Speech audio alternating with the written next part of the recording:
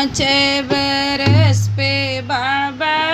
ब्याह दसई में गावन दियो दसई में गावन दियो बहनी 12 बरिस कहू मरिया तो पिया पर देश गए हो बहनी 12 बरिस कहू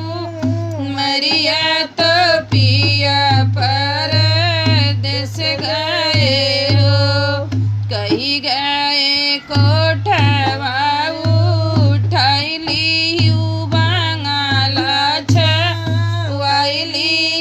बांगला छवाइली हो राजा कही गए बेटवा हो वाइली तब घर आइबई हो राजा कही गए बेटवा हो वाइली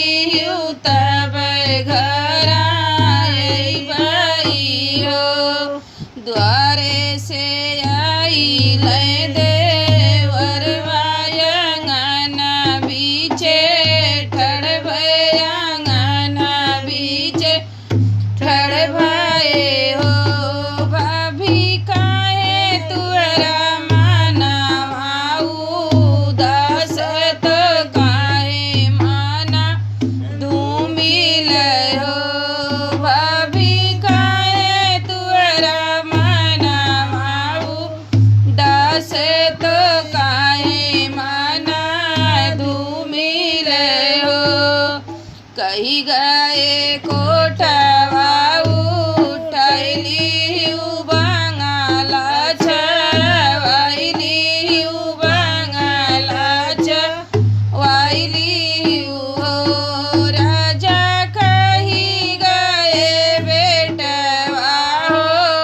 आइली तब घर आइबई हो राजा कही गए बेटवा हो आइली तब घर आइबई हो छोड़ऊ ना भाभी पियरिया पहिनो चुनरिया तो पहिनो चुनरिया हो भाभी धरहु जोगिनिया के वेश भैया मिलिया बहू हो भाभी धरहु जोगिनिया के भेष तो भैया मिलिया बहू हो लाख रुपया भैया जइहे जीतो जीने भाभी ले सो तो जीने भाभी ले सऊ हो भाभी तनी एक मुख वारू मलिया तो हाथे के अंगूठिया हो भाभी लैले मुख करू मलिया तो हाथे मुनरिया हो छोड़ी दे